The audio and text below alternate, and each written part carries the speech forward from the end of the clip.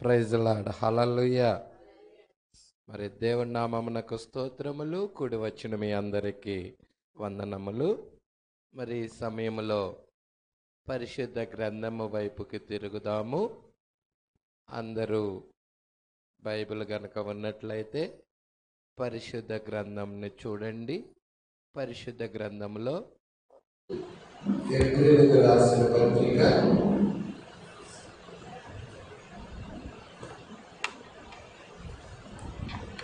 7వ అధ్యాయము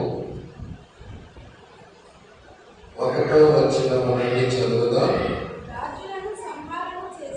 రాజులను సంహారణ చేసి తిరిగి వచ్చుచున్న అబ్రహామును ఎవడు కలుసుకొని అతనిని ఆశీర్వదించెనో, ఎవరికి అబ్రహాము అన్నిటిలో 10వ వంతు ఇచ్చెనో, ఆ షాలేము రాజును మహోన్నతులకు దేవుని యాజకుడైన మెల్కీషెదకు నిరంతరము యాజకుడుగా ఉన్నాడు. అతని పేరుకు మొదట నీతికి రాజునియు తరువాత సమాధానపు రాజునియు అర్థమిచ్చునట్టి షాలేము రాజని అర్థం. అతడు తండ్రి లేనివాడు, తల్లి లేనివాడు, వంశావళి లేనివాడు, జీవిత కాలమునకు ఆది అయినను జీవమునకు అంతమైనను లేని వాడనై ఉండి దేవుని కుమారుణ్ణి పోలి ఉన్నాడు. శాంతి ప్రార్థన. స్తోత్రాలు ప్రభువా, మహిమగల రాజా, మీకే స్తుతులు స్తోత్రములు చెల్లించుకొనుచున్నాను. అయ్యా, ఈ సాయంకాల సమయంలో నీ ప్రియబిడ్డలుగా నీ సన్నిధానానికి మేము వచ్చి ఉన్నాము ప్రభువా. మీరే మాతో మాట్లాడండి. మీ మాటలు వినడానికి మేము ఇష్టపడుచున్నాము. మా హృదయాలు సిద్ధపరుచుకొని ఉన్నాము ప్రభువా. బలహీనముగా ఉన్న నీ ప్రియబిడ్డలను దర్శించండి, స్వస్థపరచండి ప్రభువా. అయ్యా, మీ కుమార్తె అరుణా సిస్టర్ గారిని దర్శించి ఇప్పుడే ముట్టి స్వస్థపరచమని అడుగుచున్నాము. ఆ కుమార్తెలో ఉన్న బలహీనత వెళ్ళిపోవును గాక. ఇప్పుడే బిడ్డను దర్శించు ప్రభువా. తాకండి ప్రభువా. ఈ పరిశుద్ధాత్మ శీఘ్రముగా బిడ్డ దగ్గరికి వచ్చును గాక. ఆ బలహీనత నుండి విడుదల పొందుకొనును గాక. కృప తోడుగా ఉంచిందయ్యా. స్వస్థత ఇచ్చి రేపటి దినములో మీ సన్నిధానంలో సాక్షిగా నిలబెట్టండి. మీ కృప ఇక్కడ తోడుగా ఉంచండి. అయ్యా, కూడి వచ్చిన బిడ్డలని జ్ఞాపకం చేస్తూ ప్రభువా, మా హృదయాలను నీ వాక్యము కొరకు సిద్ధపరుస్తున్నాం. ఈ వాక్యమైన విత్తనాలు నా హృదయాల్లో వెయ్యండి అయ్యా. ఇక్కడున్న ప్రతి వ్యక్తి యొక్క హృదయంలో వాక్యమైన విత్తనాలు పడును గాక. నీ కృప అనుగ్రహించమని అయ్యా, వాక్య ఫలాలు వచ్చే కృప దయచేయమని, ఆ వాక్యమైన విత్తనాలు ఫలించే కృప కూడా దయచేయమని, అనుకూలమైన వాతావరణం ఇక్కడ కలగజేయమని, కనబడని చీకటాత్మలన్నిటినీ గర్తించండి. మీ కృప ఇక్కడ తోడుగా ఉంచండి. మీరే మా అందరితో మాట్లాడమని, మహిమ ఘనత ప్రభావాలు మీరే పొందుకోమని నజరేయుడైన యేసుక్రీస్తు నామములో ప్రార్థన చేసి అడిగి వేడుకొనుచున్నాము. ఆమేన్. హల్లెలూయా, హల్లెలూయా.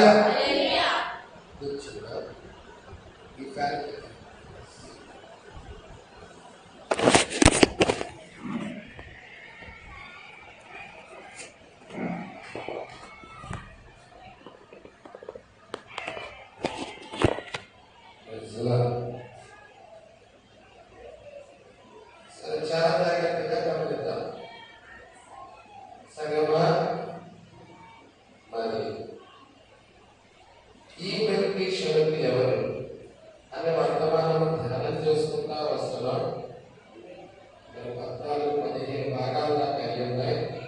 ప్రజల మరి ఈ వారం కూడా మెల్కీషెదెకు ఎవరే అనే వర్తమానమే చూడబోతున్నాం. 51వ నేల 36వ పేజీ. ఈ మెల్కీషెదెకు ఎవరు? 51వ కార నెంబర్ వచ్చి 51, పేజీ నెంబర్ వచ్చి 36, 36 పేజీ నెంబర్ 36వ పేజీలో నేను చెప్తున్న వర్తమానం ఉంటుంది. మరి కార నెంబర్ వచ్చి 51వ కార చూడండి. ప్రజల దేవుడికి మహిమ కలుగుగాక. సరే, ఇక్కడ కనుక మనం చూస్తా ఉన్నాం, ఇతనికి ఈ మెల్కీషెదెకుకి తల్లి లేదు, తండ్రి లేదు, వంశావళి లేనివాడు, ఆది అయినను అంతమైనను లేనివాడు. ఇతను దేవుని కుమారుని బోధిస్తున్నామని లేఖనం సెలవిస్తా ఉన్నది. అయితే ఇక్కడ కనుక మనం గమనించినట్లయితే ఈ మెల్కీషెదెకు ఎవరో కాదండి, దేవుడే. నిరంతరం యాజకుడిగా ఉన్నాడు.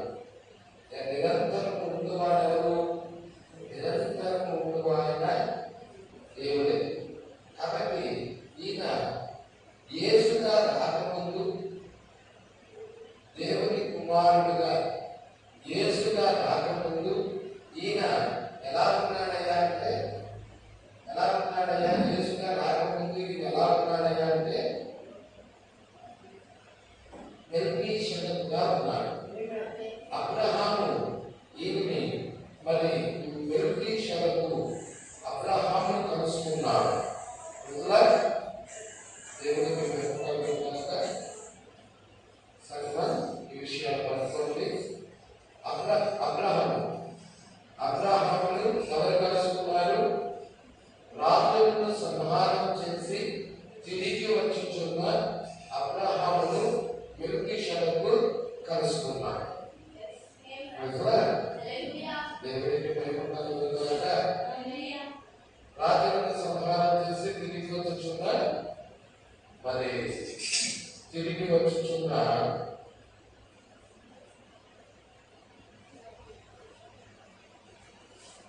అబ్రహామును ఎవరు కలుసుకున్నారు? మెల్కీషెదెకు అనే వ్యక్తి.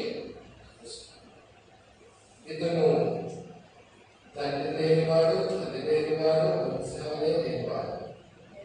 కాబట్టి ఇక్కడ మనం చూస్తున్నాం 51వ పేరా వైపు మనం తిరగడానికి ఇష్టపడుతున్నాం. 51వ పేరాలో మనం చూసినట్లయితే మన స్థానం గురించి ప్రకృతిలో జరుగుతున్న కార్యాన్ని చూపిస్తా ఉన్నారు. ప్రకృతిలో జరుగుతున్న ఒక సంభవం, ఒక కార్యాన్ని చూపిస్తా ఉన్నారు. 51వ పేరా కనుక మనం చూసినట్లయితే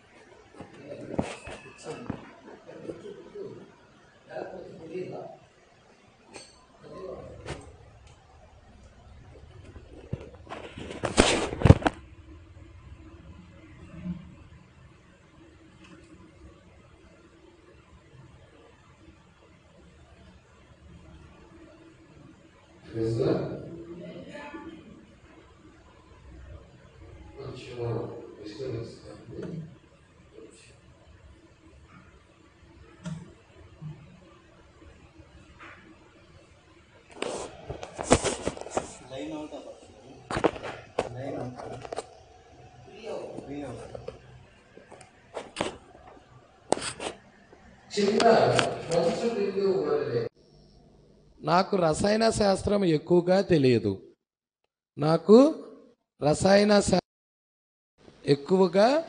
తెలియదు. ప్రజల ఏమంటున్నాడండి ప్రవక్త? ఇక్కడ ఏం మాట్లాడుతున్నాడో చూడండి. ఒక మంచు బిందువుని ప్రకృతిలో మనకి ఈ మంచు బిందువు కనపడతా ఉంటుంది. ప్రజల చాలా జాగ్రత్తగా సెటరేట్ అవ్వండి, కూర్చోండి, కాన్సన్ట్రేషన్ వాక్యం మీద పెట్టండి. ప్రజల ఈ చిన్న మంచు బిందువు వలనే, నాకు రసాయన శాస్త్రం ఎక్కువగా తెలియదు కానీ అది ఆ మంచు బిందువు అనేది ఎలా ఏర్పడుతుందయ్యా అంటే అది వాతావరణము లేక శీతలము యొక్క సంయోగమని నాకు అర్థమైనది. ఎప్పుడైతే మంచు బిందువు అనేది పగలు ఏర్పడదు, రాత్రి సమయంలో ఏర్పడుతుంది. ఎలా ఏర్పడుతుందయ్యా అంటే వాతావరణంలో ఆ మంచు బిందువు అనేది ఏర్పడుతుంది. శీతలం అంటే చల్లదనం వల్ల అది ఆ యొక్క శీతలము యొక్క సంయోగము అని నాకు అర్థమవుతుంది అన్నాడు ప్రవక్త. ప్రజల ఆ సంయోగం ద్వారాగా ఆ మంచు బిందువు ఏర్పడుతుంది. రాత్రి చీకటి పడి చల్లగా ఉన్నప్పుడు అది ఆకాశము నుండి పడును. అంతే కదా? మంచు బిందువు ఎక్కడి నుంచి పడుతుంది? రాత్రి చీకటి పడి చల్లగా ఉన్నప్పుడు ఆ యొక్క మంచు బిందువు ఆకాశము నుండి పడును. చుక్కలుగా నేల మీద రాలును. చిన్న చిన్న డ్రాప్స్, సన్న డ్రాప్స్ చుక్కలుగా నేల మీద రాలును. అది ఎక్కడ నుండి పడుచున్నది? అసలు ఆ మంచు బిందువు అనేది ఎక్కడ నుండి పడుచున్నది? కానీ మరుసటి ఉదయాన సూర్యుడు వచ్చు ముందే అది అక్కడ ఉండును. రాత్రి కాలంలో జన్మించిన ఈ మంచు బిందువు ఎక్కడ నుండి పడినది? ఎక్కడ నుండి వచ్చినది?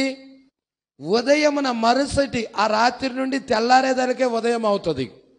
ఆ ఉదయమున సూర్యుడు వచ్చే ముందే అది అక్కడ ఉన్నది. ప్రజలా, సూర్యుడు ఎవరికి సాదృశ్యం అంటే నీతి సూర్యుడికి సాదృశ్యం. మరి నీతి సూర్యుడు ఎవరయ్యా అంటే ప్రభువైన, అంటే సూర్యుడు యేసుక్రీస్తుకి సాదృశ్యముగా ఉన్నాడు. ఇప్పుడు ఇక్కడ రాత్రి కాలములో జన్మించిన మంచు బిందువు ఉంది, చూసావా? ఇది ఎవరికి సాదృశ్యం అంటే చీకటి టైములో పుట్టిన బిందువు. అది రాత్రి కాలములో జన్మించిన బిందువు. అది ఒక విశ్వాసికి సాదృశ్యం. తల్లి గర్భములో నుండి మనము పాపము ద్వారా వస్తున్నాం. ప్రజల చీకటిలో ఎలాగా మంచు బిందువు జన్మించి ఉన్నదో ఆ శీతలీకరణము ద్వారాగా, సంయోగము జరగటము ద్వారాగా ఏ విధముగా జన్మించి ఉన్నదో అదే విధముగా మనము కూడా ఒక తల్లి తండ్రి కలయిక ద్వారాగా జన్మ పాపం ద్వారా లోకంలోకి వచ్చాం. నీతి సూర్యుడు యొక్క వెలుగు మనల్ని తాకుతూ ఉన్నది. మంచు బిందువు ఆ సూర్యుడు వచ్చేటప్పటికే మంచు బిందువు ఉంది అక్కడ. నీతి సూర్యుడు వచ్చేదలిగే మనం ఉన్నాం ఇక్కడ. ప్రజలా, ఇక్కడ చూద్దాం, కొంచెం జాగ్రత్తగా పట్టుకోండి. మరుసటి ఉదయాన సూర్యుడు వచ్చే ముందే అది అక్కడుండును. ఆ చిన్నది వణుకును. ఏంటి చిన్నది అన్నాడు? ఆ బిందువే ఒక వ్యక్తి, లేకపోతే వధువుకు సాదృశ్యం, లేక ఒక విశ్వాసికి సాదృశ్యం. ఏమవుతుంది ఆ మంచు బిందువు అంటే? అది కదలికలు వస్తాయి దానిలో. సూర్యుడు ఎప్పుడైతే ఆ మంచు బిందువు మీద ఆ వెలుగు పడుతుందో ఆ మంచు బిందువులో వణుకుతుంది, అది కదలికలు వస్తాయి. అదే విధానంగా నువ్వు దేవుని కుమారుడవైతే, దేవుని యొక్క బిడ్డవైతే, ఒక విశ్వాసివైతే నీతి సూర్యుడు యొక్క వెలుగు నిన్ను తాకంగానే నీలో కూడా కదలికలు రావాలి. హల్లెలూయా. అవునా? మీరు అందరూ అట్లేస్తారుగా, అట్లొచ్చు కదా దోషులు. అవునా? పెండెం బాగా కాలుతా ఉన్నప్పుడు కాసి నీళ్ళు తీసుకెళ్ళి దాని మీద వేసామనుకో, ఏమవుతుంది? అది ఎగురుతాయి. ఆ నీటి బిందువులు ఏమవుతాయి? ఆ హీట్కి, ఆ వేడికి అవి డ్యాన్స్ చేస్తాయి. ప్రజలా డ్యాన్స్ చేసి కనబడకుండా అదృశ్యమైపోతాయి. నీకు కనబడతాయా? అదృశ్యమైపోతాయి. హీట్ ఏం చేసింది? ఆ వేడి ఏం చేసింది?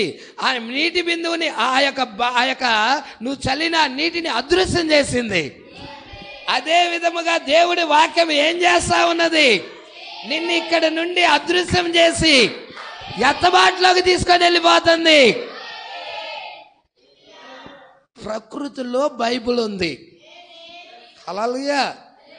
బైబిల్ ఎక్కడుందయ్యా అంటే ప్రకృతిలోనే ఉన్నది.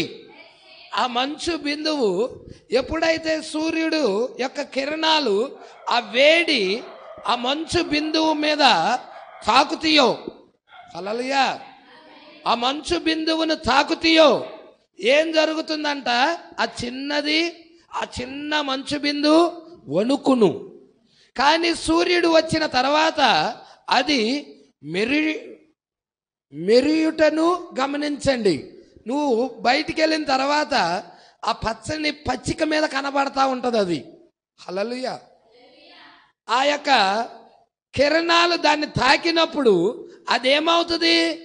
మెరుస్తూ ఉంటుంది. మెరుస్తూ అంటే కలర్లుగా ఉంటుంది. చూసారా మీరు? కలర్లుగా ఉంటుంది అది.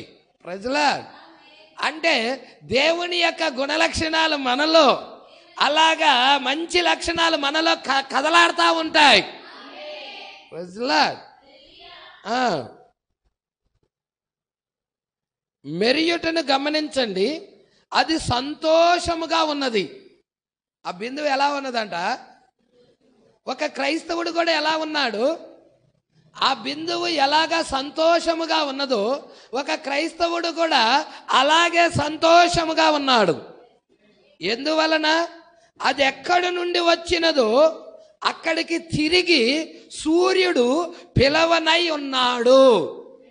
ప్రజలా మంచు బిందువుని ఎక్కడి నుండి అయితే వచ్చిందో అక్కడికి సూర్యుడు పిలుస్తున్నాడంట రమ్మని. హల్లెలూయా. మరి మనలను కూడా ఏదైనా ఒక స్వరం పిలుస్తుందా?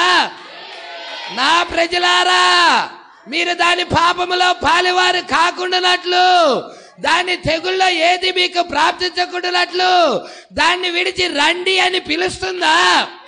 ఒక స్వరం మనల్ని పిలుస్తా ఉన్నదా? ఆయన సన్నిధానానికి పిలుస్తా ఉన్నదా? వెలుగు వైపుకు పిలుస్తా ఉన్నదా? హల్లెలూయా. అందుకే అంటున్నాడు క్రైస్తవుడు కూడా అలాగే ఉన్నాడు. హల్లెలూయా. ఆ మంచు బిందువు అనేది ప్రకృతిలో జన్మించిన ఒక బిందువు అనేది మంచు బిందువు అంటే తెలుసు కదండి, రాత్రి కాలంలో పుడుతూ ఉంటుంది అది. ఆ మంచు బిందువు ఎలాగుందో ఒక క్రైస్తవుడు కూడా అలాగే ఉన్నాడు. హల్లెలూయా. మనము దేవుని సన్నిధానంలోనికి వెళ్ళినప్పుడు ఏదో మనలో నుండి మనము ఎక్కడి నుండి వచ్చామో చెప్పుచు దాని శక్తి మనను లాగుట ద్వారా అక్కడికే వెళ్ళుచున్నామని చెప్పుటను ఎరుగుదము. ప్రజలా సూర్యుడి యొక్క శక్తి ఆ బిందువును లాగుతుంది. వాక్యం యొక్క శక్తి ఇక్కడ ఉన్న ఒక క్రైస్తవుడైన నిన్ను నన్ను లాగుతుంది. ఆయన సన్నిధానానికి లాగుతున్నది.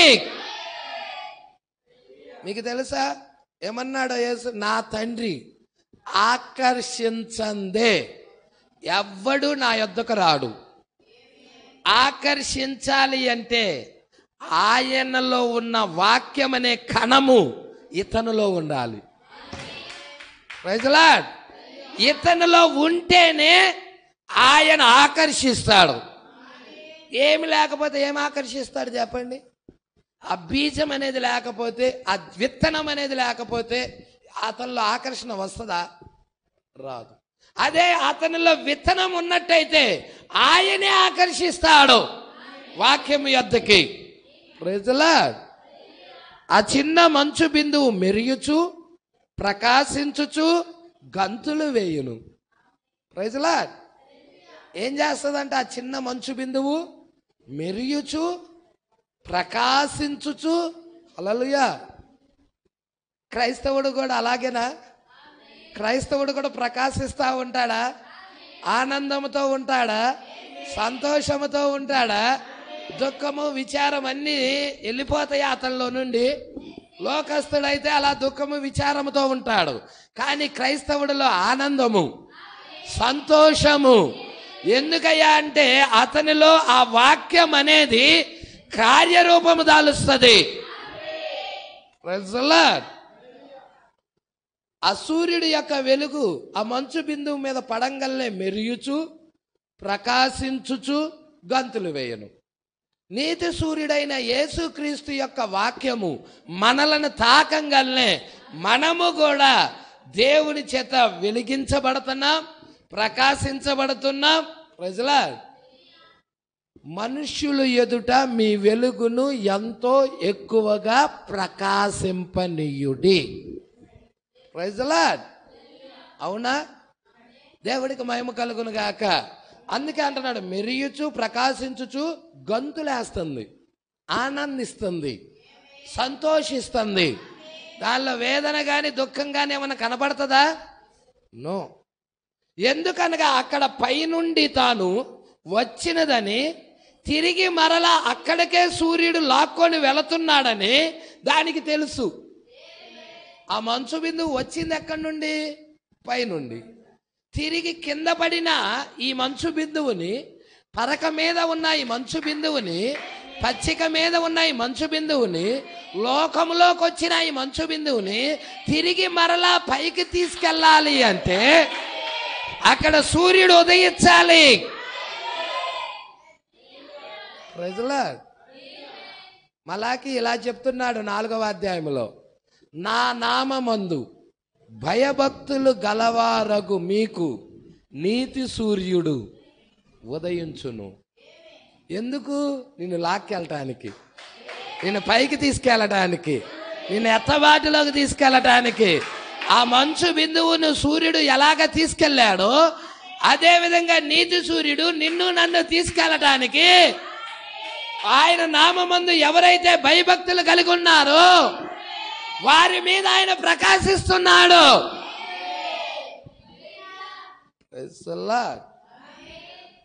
దేవుని యొక్క గుణలక్షణాలు కలిగిన వ్యక్తి, దేవుని వలన జన్మించిన వాడు, హల్లెలూయా, దేవుని కుమారునితో సంబంధం ఏర్పరచుకున్నప్పుడు ఏదో ఒక దినాన ఇక్కడ నుండి పైకెత్తబడునని ఆయన ఎరుగును. ఏదో ఒక రోజున 6-9 మధ్యలో ఈ భూమిని విడిచిపెడతాం మనం. అది రాత్రి కాలంలో కాదు, ఉదయకాలంలోనే.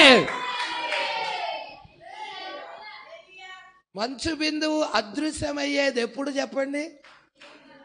అదే టైమేనా? అదే టైమేనా? 9 గంటలకల్లా పరకల మీద ఉన్న మంచు బిందువులన్నీ అదృశ్యమవుతాయా? 6-9 మధ్యలో ఆ నీతి సూర్యుడి యొక్క వెలుగును మనం తాకంగల్నే ఏదో ఒక ఉదయాన మనం అదృశ్యమవుతాం.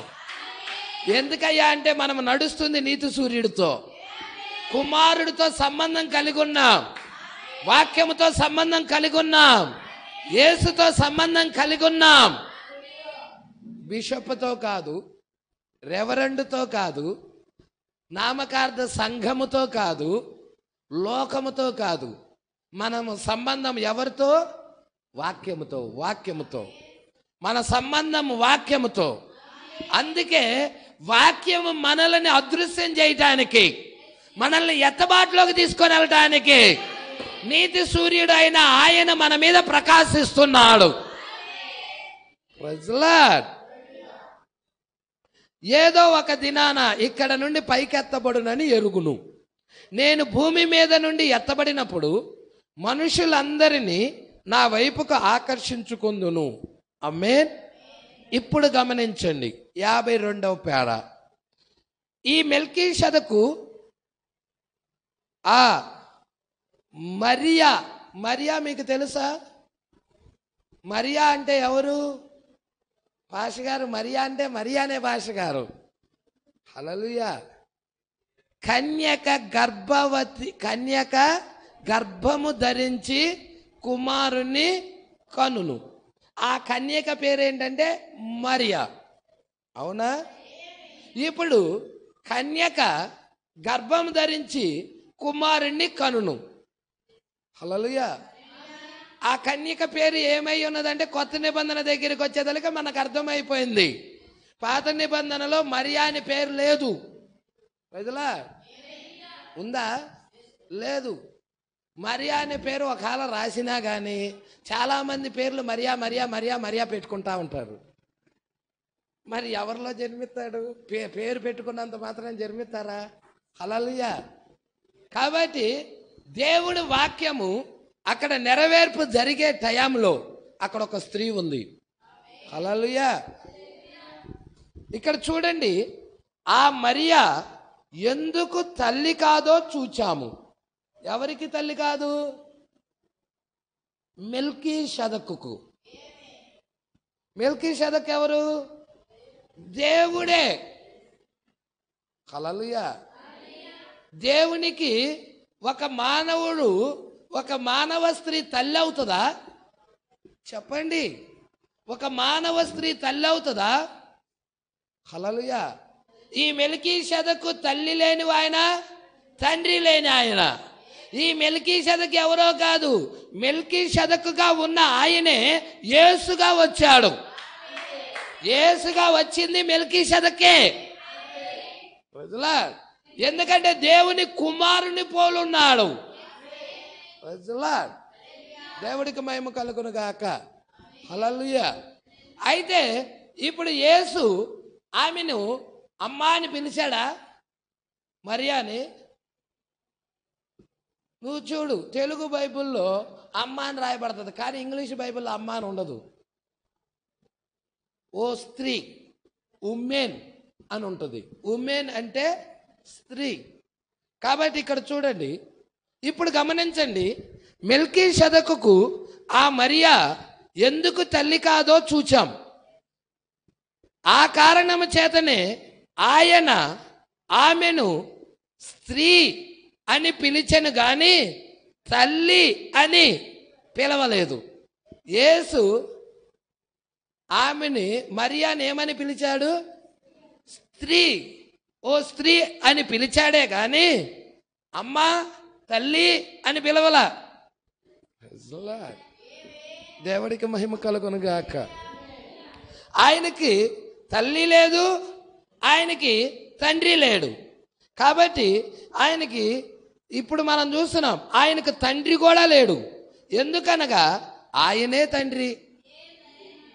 దేవుడే నిత్యుడగు తండ్రి. యెషయా చెప్పలేడా నిత్యుడగు తండ్రి అని? చెప్పాడా లేదా? ఆయనే నిత్యుడగు తండ్రి అయితే ఆయనకి ఇంకొక తండ్రి ఉంటాడా? ప్రజలా, దేవుడికే దేవుడు ఇంకొక దేవుడు ఉంటాడా? హల్లెలూయా. అర్థమవుతుందా? కాబట్టి ఆయనే, ఆయనకి తల్లి లేదు, ఆయనకి తండ్రి లేదు. మెల్కీషెదెకుకు తల్లి లేదు, మెల్కీషెదెకుకి తండ్రి లేడు. అక్కడ బైబిల్లో ఉంది. బైబిల్లో అలా రాయబడిందో లేదో చూసాంగా మనం. తల్లి లేని ఆయన, తండ్రి లేని ఆయన, వంశావళి లేని ఆయన. అవును, ఉందా లేదా? హెబ్రీలకు చదివావుగా 7వ అధ్యాయంలో. అందుకే ఇక్కడ చెప్తున్నాడు, ఎందుకనగా ఆయనే నిత్యుడగు తండ్రి, ఆయనే తండ్రి, నిత్యుడగు తండ్రి. ఒక్కనిలో 3, ఆ ఒక్కనిలోనే 3 గుణలక్షణాలు ఉన్నాయి. ఆయనకు తల్లి లేదు, నిశ్చయముగా లేదు.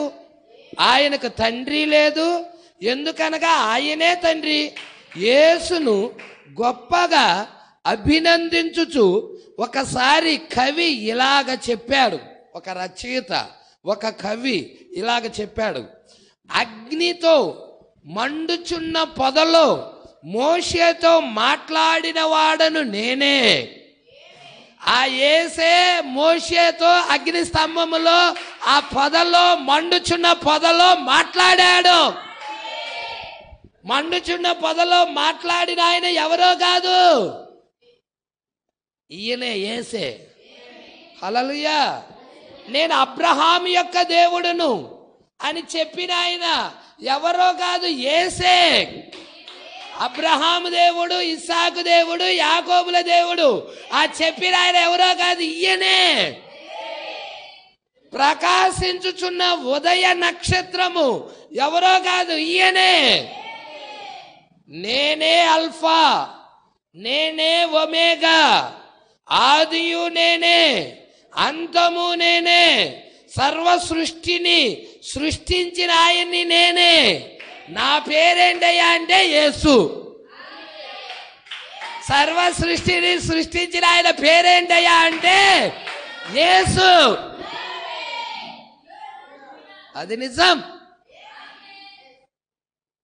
నువ్వు చూస్తున్నా ఈ చెట్లన్నిటిని సృష్టించిన ఆయన యేసు. పర్వతాలు కొండలను సృష్టించిన ఆయన యేసు. నదులను సముద్రాలను సృష్టించిన ఆయన యేసు. సూర్యుడు చంద్రుడు నక్షత్రాలను సృష్టించిన ఆయన యేసు. పక్షులని కలగజేసిన ఆయన యేసు. జంతువులను కలగజేసిన ఆయన యేసు. సృష్టి యావత్తును కలగజేసిన ఆయన ఎవరో కాదు, యేసే. మండుచున్న పొద దగ్గర మోషేని కలుసుకుంది ఎవరో కాదు, యేసే. అబ్రహాముతో మాట్లాడిన ఆయన ఎవరో కాదు, యేసే. యేసిలా చెప్పాడా? యేసిలా చెప్పాడా? అబ్రహాము నా దినము ఏంటండి? చూడండి యోహాను సువార్త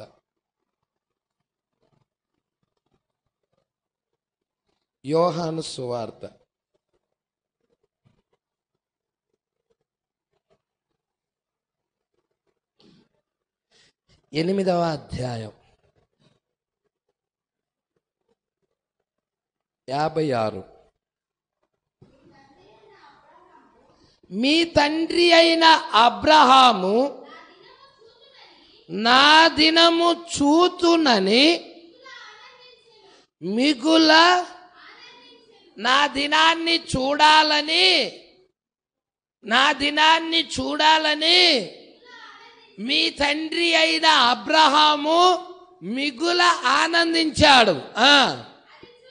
అది చూచి చూడాలనే కాదు, ఆల్రైట్ చూశాడు కూడా. ఎందుకో తెలుసా? అబ్రహాం దగ్గర ఉన్నది నేనేనని చెప్తున్నాడు. ఏంటి నీకు ఇంకా అక్కడ అంటారు చూడు, ఏమంటారు? అందుకు యూదులు, నీకింకా 50 సంవత్సరాలైనా లేవే, నీవు అబ్రహామును చూచితివా అని ఆయనతో చెప్పగా, యేసు అబ్రహాము పుట్టక మునిపే నేను ఉన్నానని. Praise Lord. అబ్రహామును చూడటమే కాదయ్యా, అబ్రహాము పుట్టక ముందే ఉన్నా నేను. Praise lord. అబ్రహాము నా దినం చూడటమే కాదు, అబ్రహాం పుట్టక ముందే. అయితే యూదులు ఎరగలేకపోయారు. ఈరోజు క్రైస్తవ సంఘాలు కూడా ఎరగలేకపోతున్నారు. ఒక్క దేవుడని పరిశుద్ధ గ్రంథం చెబుతుంటే 3 దేవుళ్ళని అనుకుంటున్నారు, త్రియేక దేవుడని అనుకుంటా ఉన్నారు. Praise lord. బైబిల్ మొత్తం మనకేం చెప్తుందంటే, పరిశుద్ధ గ్రంథము దేవుడు ఒక్కడేనని, ప్రభువు ఒక్కడేనని, విశ్వాసము ఒక్కడేనని, తండ్రి అయిన దేవుడు ఒక్కడేనని పరిశుద్ధ గ్రంథం సెలవిస్తా ఉన్నది. హల్లెలూయా.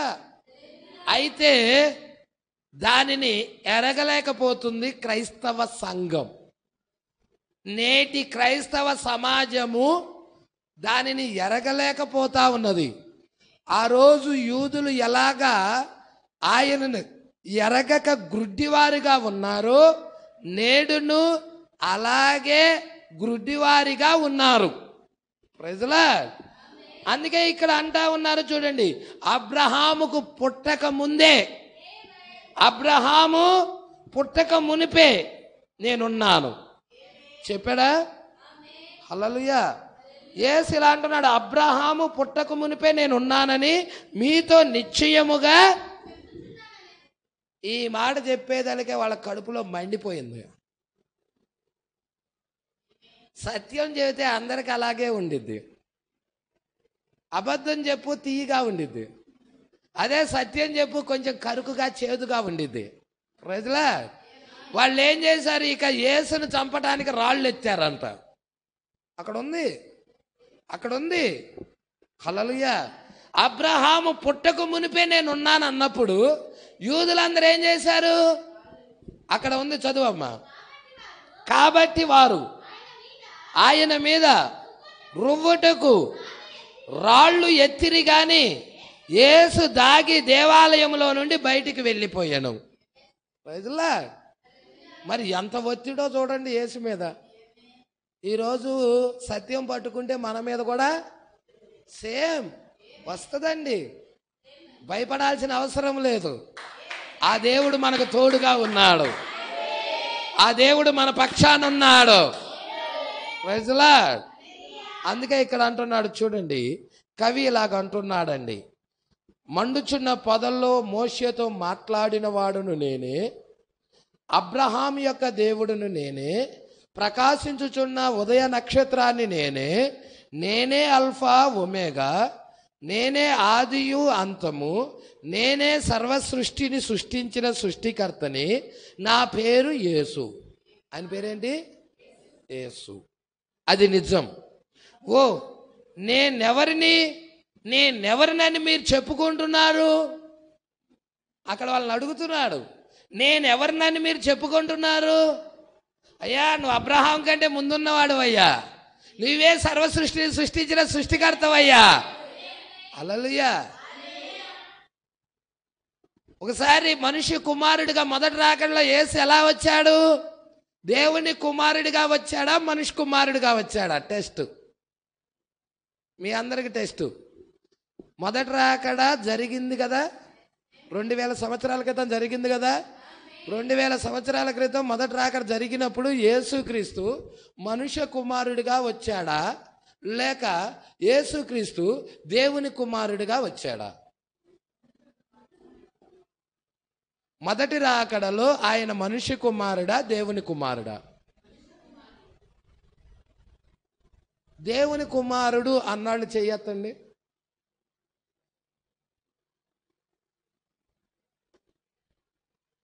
ఒక్కళ్ళు కూడా ఎత్తరా?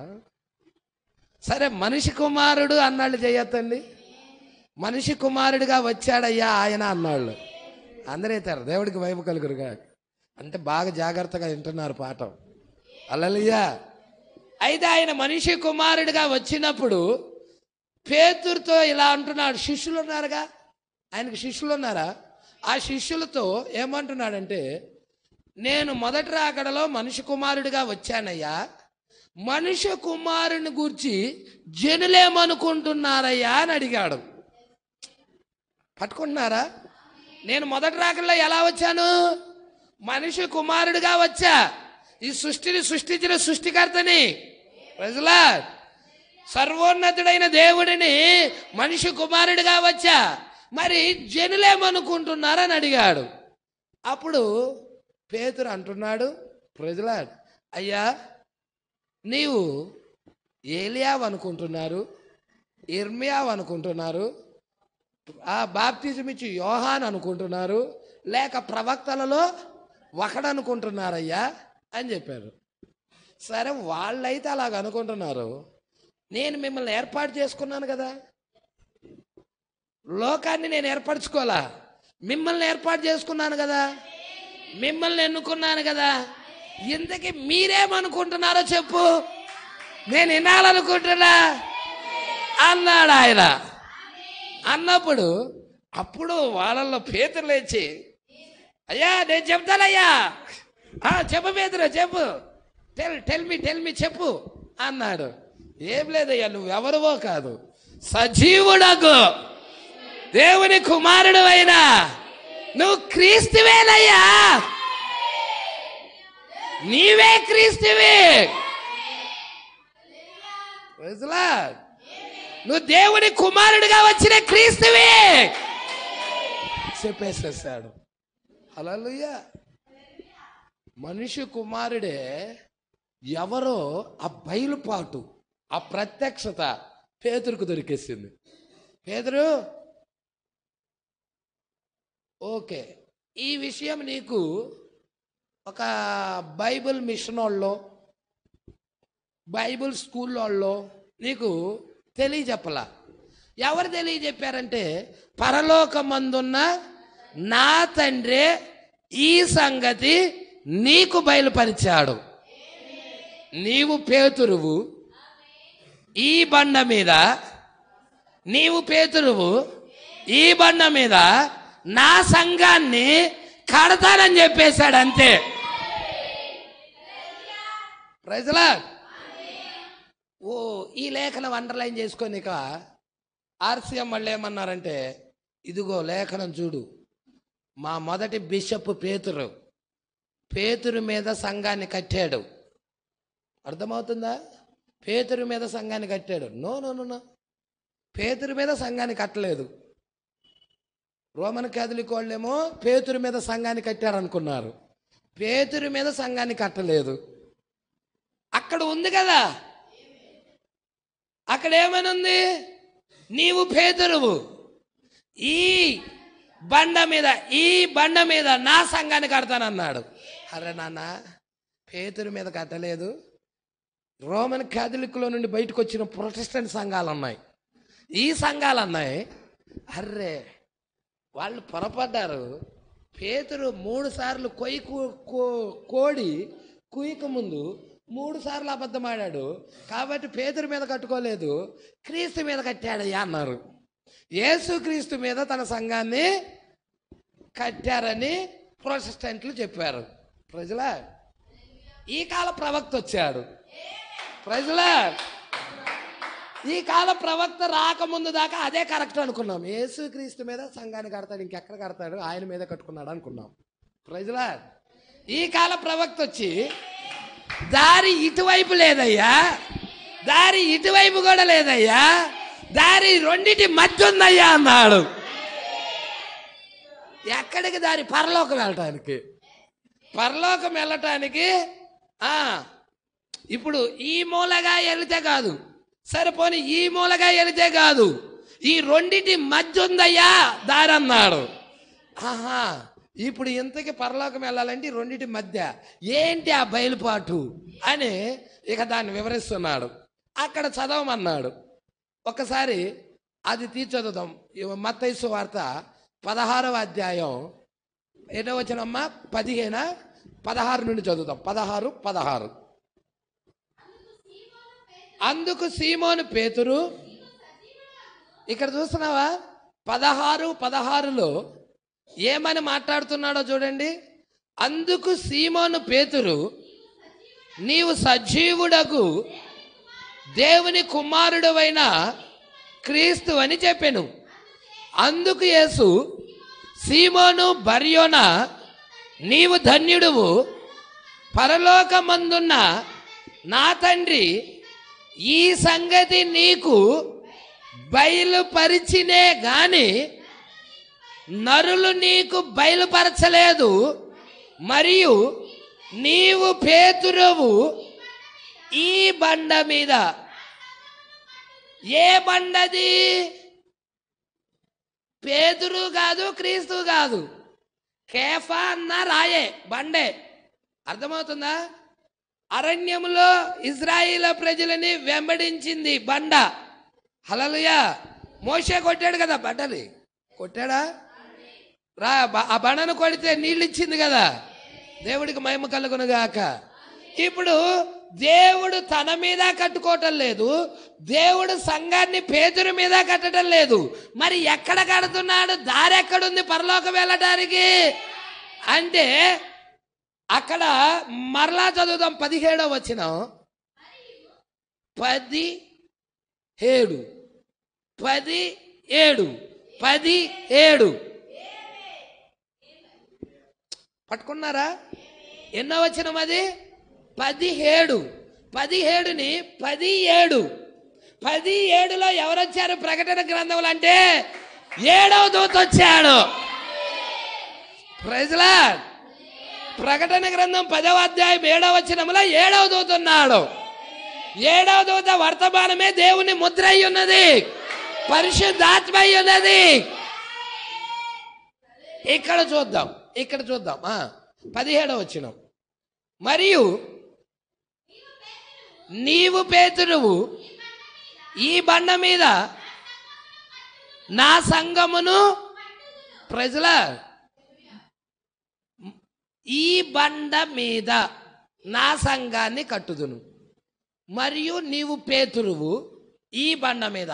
ఆ బండ ఏంటి అంటే కొంచెం 16 కనుక చదివినట్టయితే అక్కడ క్లియర్గా చెప్పబడుతుంది, మీరే పట్టుకుంటారు చూడండి. అందుకు సీమోను పేతురు, నీవు సజీవుడగు దేవుని కుమారుడువైన క్రీస్తువని చెప్పెను. అందుకు యేసు, సీమోను బర్యోనా, నీవు ధన్యుడవు, పరలోకమందున్న నా తండ్రి ఈ సంగతి, ఏ సంగతి, ఈయన ఎవరా అన్న సంగతి ఎవరు బయలుపరిచారు? పరలోకమందున్న నా తండ్రే ఈ సంగతి నీకు బయలుపరిచినే గాని నరులు నీకు బయలుపరచలేదు. హల్లెలూయా. ఇదే బండ అంటే బయలుపాటే బండ అంటే సంఘాన్ని ఎక్కడ కడుతున్నాడంటే బయలుపాటు మీద, ప్రత్యక్షత మీద. దేవుడు ఎవరా అన్న ప్రత్యక్షత మీద దేవుడు సంఘాన్ని కడుతున్నాడు. బా ఈ విషయాలు పట్టుకుంటున్నావా? దేవుడు ఎవరా అన్న బయలుపాటు ప్రత్యక్షత మీద ఆయన తన సంఘాన్ని కట్టుచున్నాడు. ప్రజలా, ఇప్పుడు మనం చూస్తున్నాం, మొదటి రాకడలో యేసు మనిషి కుమారుడిగా వచ్చినప్పుడు ఎన్నుకోబడిన వారు గుర్తించారు. హల్లెలూయా. మరి తర్వాత మనం చూసినట్టయితే మనిషి కుమారుడు పరిచర్య ముగించుకొని దేవుడు తన ముసుగును మార్చేసి రెండో పరిచర్యలోకి వెళ్ళాడు. ఏం పరిచర్య అంటే మనిషి కుమారుడు నుండి దేవుని కుమారుడుగా 7 సంఘకాలాల్లో దేవుని కుమారుడు పరిచర్య జరిగించాడు. 7 సంఘకాలాలు ఉన్నాయి అక్కడ. అదిగో అక్కడ 7 సంఘకాలాల ఫోటో ఉన్నది, బొమ్మ. ఆ 7 సంఘకాలాల్లో యేసుక్రీస్తు దేవుని కుమారుడిగా పరిచర్య జరిగించాడు. ప్రజలా, తర్వాత మనం చూస్తున్నాం 7 సంఘకాలాల ముగింపులో ప్రజలా ఆయన దేవుని కుమారుడు నుండి మరలా తన పరిచర్యను మారుస్తున్నాడు. ఏంటంటే మరలా నోవాహు దినాలు ఎలాగుంటాయో మనిషి కుమారుడుగా, మనిషి కుమారుడు రాకడ దినాలు ఎలాగుంటాయి అన్నాడు. దేవుని కుమారుని రాకడ దినాలు అనలేదు, మనుష్య కుమారుని రాకడ దినాలు. అంటే దేవుని కుమారుడు పరిచర్య ముగించుకొని ఆయన ఏ పరిచర్యలోకి వెళ్ళాలి? మరలా మనిషి కుమారుడు పరిచర్యలోకి వెళ్ళాలి. ప్రజలా, ఈ కాలంలో జనులను అడుగుతున్నాడు ఇక్కడ ఎన్నుకోబడిన వారిని, ఈయన ఎవరు? ఈ మేఘం ధరించుకొని వచ్చిన ఈయన ఎవరు? ఈ మనుష్య కుమారుడు ఎవరు? లూకా 21:27లో ఆయన, ఒకసారి చదువుదాం, లూకా 21:27.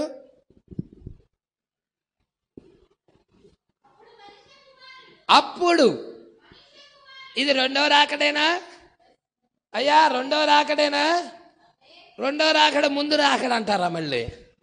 హల్లెలూయా. అది రెండవ రాకడే. ఆ రెండవ రాకడలో అప్పుడు మనుష్య కుమారుడు ప్రభావముతో మహామహిమతో మేఘారుడై వచ్చుట చూతురు. ఇవి జరుగనారంభించినప్పుడు మీరు ధైర్యము తెచ్చుకొని మీ తలలెత్తుకోండి, మీ విడుదల సమీపముగా ఉన్నదని.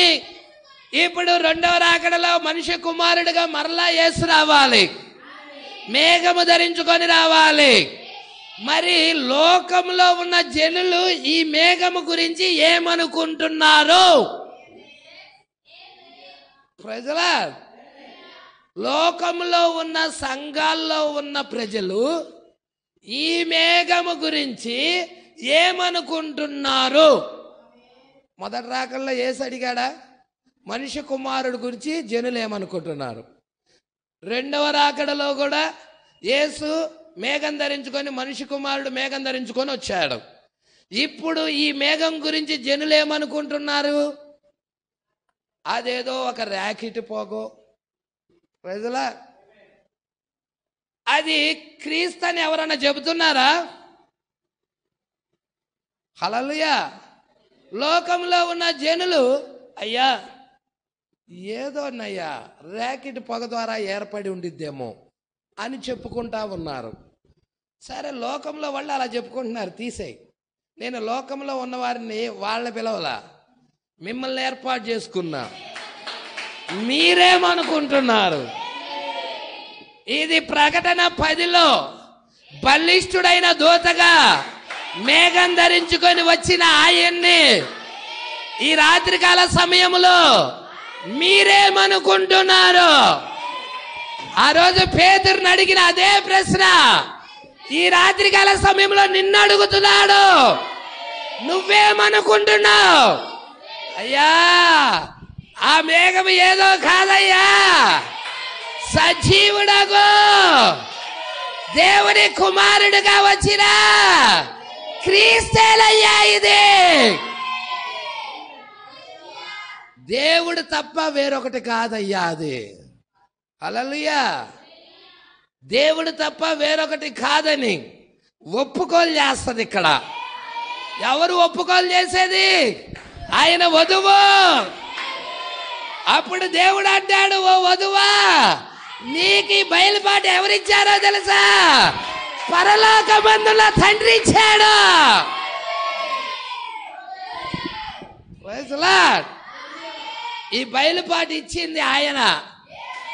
దేవుడికి మహిమ కలుగును గాక. అందుకే ఇక్కడ అంటున్నాడు చూడండి, నా పేరు యేసు, అది నిజం. ఓ, నేను ఎవరినని మీరు చెప్పుకుంటున్నారు?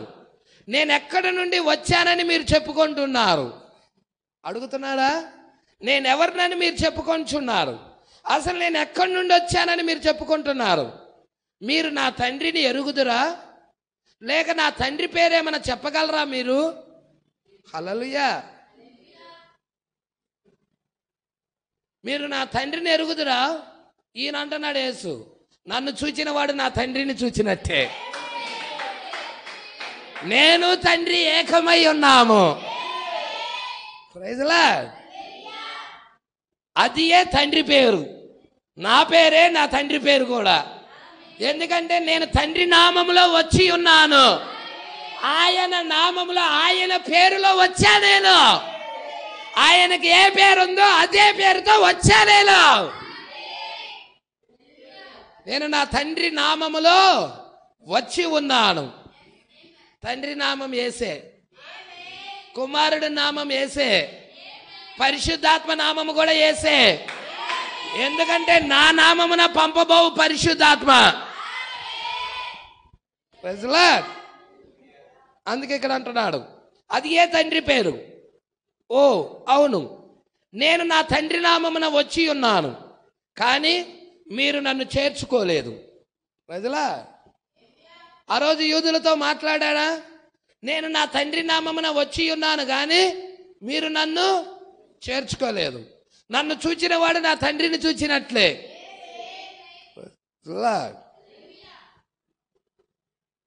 నిశ్చయముగా ఆయన నిన్న నేడు నిరంతరము ఏకరీతిగా ఉన్నాడు. ఈ మెల్కీషెదకు శరీరధారి అయ్యాడు. అంతకుముందు ఆయన మెల్కీషెదకుగా ఉన్నాయన, ఇప్పుడు శరీరధారి అయ్యాడు, యేసుగా అయ్యాడు.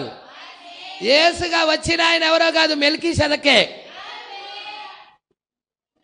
ఆయన ప్రవక్తగా వచ్చి ఉన్నప్పుడు మోషే అన్నాడా, నా వంటి ఒక ప్రవక్తను ఇజ్రాయిల్లో నుండి మీలో నుండి పుట్టించును. ఆయన మాట వినని వారు జనుల్లో నుండి కొట్టివేయబడతారు. అందుకే ఇక్కడ అంటున్నాడు, ఈ మెల్కీషెదకు శరీరధారి ఆయను. ఆయన ప్రవక్తగా వచ్చినప్పుడు తన్ను తాను మనుష్య కుమారునిగా బయలుపరుచుకొనెను. ఎలా బయలుపరుచుకున్నాడు? ప్రవక్తగా వచ్చినప్పుడు. Praise the Lord. ఆయన ప్రవక్తగా వచ్చినప్పుడు, హల్లెలూయా, ప్రవక్తగా ఎప్పుడైతే వచ్చాడో తన్ను తాను మనుష్య కుమారునిగా పట్టుకుంటున్నారా? అక్కడ మనిషి కుమారుడు అక్కడ, ఇక్కడ మనిషి కుమారుడు అక్కడ. అక్కడ ప్రవక్తగా వచ్చాడు, ఇక్కడ ప్రవక్త విలియం మేరీ బ్రన్హాంలోకి వచ్చాడు. హల్లెలూయా. తను తాను మనిషి కుమారునిగా బయలుపరుచుకొనెను. కుమారుని యొక్క 3 నామాల్లో అతడు వచ్చెను. కుమారుడు 3 నామాల్లో వచ్చాడు ఆయన. ఏంటి ఆ 3 నామాలంటే? 1 మనిషి కుమారుడు, 2 దేవుని కుమారుడు, 3 దావీదు కుమారుడు. ఇక్కడ కుమారుడే, ఇక్కడ కుమారుడే, ఇక్కడ కుమారుడే, ఇక్కడ మనిషి కుమారుడు, ఇక్కడ దేవుని కుమారుడు, ఇక్కడ దావీదు కుమారుడు. మనిషి కుమారుడిగా వచ్చి రక్తం చిందించాడు, దేవుని కుమారుడిగా వచ్చి గ్రహింపునిస్తున్నాడు, పరిశుద్ధాత్మగా వచ్చి నీకు లేఖనాలను గురించిన గ్రహింపునిస్తున్నాడు. దావీదు కుమారుడిగా వచ్చి 1000 ఏళ్ల పాలనలో ఆయన దావీదు కుమారుడిగా సింహాసనం అధిష్ఠించి పరిపాలన చేయబోతున్నాడు. నీతి న్యాయాల పరిపాలన జరిగించబోతున్నాడు. Praise the Lord. 3 నామాల్లో అతడు వచ్చాడు. 1 మనుష్య కుమారుడు, 2వది దేవుని కుమారుడు, మరియు 3వది దావీదు కుమారుడు. ఆయన ఈ భూమి మీద ఉన్నప్పుడు లేఖనాలను నెరవేర్చు వ్యక్తిగా ఉండెను. ఆయన ఈ భూమి మీద ఉన్నప్పుడు లేఖనాలని నెరవేర్చే వ్యక్తిగా ఉన్నాడు. అవునా? ప్రజల మనుష్య కుమారుడికి ఆయన భూమి మీద ఉన్నప్పుడు లేఖనాలు, ఆయన గురించి చెప్పబడిన లేఖనాలు, పాత నిబంధనలో ఉన్న లేఖనాలన్నిటినీ నెరవేర్చే వ్యక్తిగా ఉండెను. ప్రభు అయిన దేవుడు నా వంటి ఒక ప్రవక్తను మీలో పుట్టించునని మోషే చెప్పెను. కనుక ఆయన ప్రవక్తగా రావలసి ఉండెను. నేను దేవుని కుమారుడిని అని ఎన్నడూ ఆయన చెప్పుకోలేదు. నేను మనుష్య కుమారుడిని, మీరు మనుష్య కుమారుని నమ్ముచున్నారా అని ఆయన అడిగెను. ఎందుకనగా ఆయన అలాగే సాక్ష్యం ఇవ్వవలసి ఉన్నాడు. ఆయన అదే అయి ఉన్నాడు. మొదటి రాకడలో ఆయన అదే అయి ఉన్నాడు. ఇప్పుడు ఆయన మరో కుమారుని నామములో వచ్చెను. ఇక మనుష్య కుమారుడి పాత్ర ఏంటయ్యా అంటే, ప్రాణం పెట్టి రక్తం చిందించి సిలువలో ఆ వెల అర్పించబడిన తర్వాత ఇక మనిషి కుమారుడి యొక్క పాత్ర ముగించుకొని నెక్స్ట్ ఇంకో పాత్రలోకి వెళ్తున్నాడు ఆయన. హల్లెలూయా. ఇప్పుడు ఆయన మరో కుమారుని నామములో వచ్చెను. ఆ కుమారుని నామం ఏమిటయ్యా అంటే దేవుని కుమారుడు. అదృశ్యుడు ఏంటండి? ఆత్మ, పరిశుద్ధాత్మ, అదృశ్యుడు, దేవుని కుమారుడు. ఆయన తిరిగి వచ్చినప్పుడు దావీదు కుమారుడిగా సింహాసనం మీద కూర్చుండును. నెక్స్ట్ ఆయన పరిచర్య ఏంటి? దావీదు కుమారుడు అంటే ఈ లోక రాజ్యాలన్నీ ప్రభు రాజ్యాలు అవుతున్నాయి. నీతి న్యాయాల పరిపాలన భూమి మీదకు రాబోతా ఉన్నది. ఈ లోకం అంతరించబోతా ఉన్నది. ఈ లోకానికి అగ్ని బాప్తిజము రావడానికి సిద్ధముగా ఉన్నది. సొదొమ గొమొర్రా పట్టణాలకి ఏ విధముగా అగ్ని ద్వారాగా నాశనమైనాయో అదే విధముగా అణు ఆయుధాల ద్వారాగా అగ్ని ద్వారాగా నేడు ప్రపంచం నాశనం కావడానికి సిద్ధముగా ఉన్నది. దానికి ముందుగా వధువు ఎత్తబడుతుంది. Praise the lord. వధువు పైకి కొనిపోబడుతుంది. దేవుడికి మహిమ కలుగును గాక. సంగమా పట్టుకుంటున్నావా? హల్లెలూయా. మరి ఆయన మనిషి కుమారుడిగా వచ్చాడు, ఆయన దేవుని కుమారుడిగా వచ్చాడు, పరిశుద్ధాత్మగా వచ్చాడు. ఇప్పుడు ఆయన నెక్స్ట్ ఇంకొకటి ఏంటి అంటే దావీదు కుమారుడిగా ఆయన ఈ భూమి మీద ఏలాలి, పరిపాలన చేయాలి. ఆ పరిచర్య కొరకు సృష్టి ఎదురు చూస్తా ఉన్నది. దేవుని కుమారుల ప్రత్యక్షత కొరకు సృష్టి ఎదురు చూస్తా ఉన్నది. దావీదు కుమారుడిగా ఆయన భూమి మీదకి వచ్చే ముందుగా దేవుని కుమారులు ఇక్కడ ప్రత్యక్షపరచబడతారు. ఈ భూమి మీద ప్రత్యక్షపరచబడతారు. వాళ్ళు ఎత్తబాటులోకి వెళ్తారు. ఆ తర్వాత భూమి కాల్చబడుతుంది. ఆ తర్వాత 1000 ఏళ్ల పాలన భూమి మీద జరుగుతుంది. సంగమా ఈ విషయాలు పట్టుకుంటున్నావా? మరి నువ్వు ఎత్తబాటు కొరకు సిద్ధపడుతున్నావా? దేవుడు మాటలు దీవించి ఆశీర్వదించును గాక. నెక్స్ట్ వారం 54వ పేరా నుండి చదువుదాం. ఇలాంటి వర్తమానాలు మీకు మరిన్ని అందుబాటులో ఉండాలంటే ఈ ఛానల్ని సబ్స్క్రైబ్ చేయండి. ఇంకా ఈ ఛానల్ని సబ్స్క్రైబ్ చేసుకుని వారు ఉన్నట్లయితే ఈ వీడియోలో చూపించిన విధంగా సబ్స్క్రైబ్ చేసుకోనండి. ఆమేన్.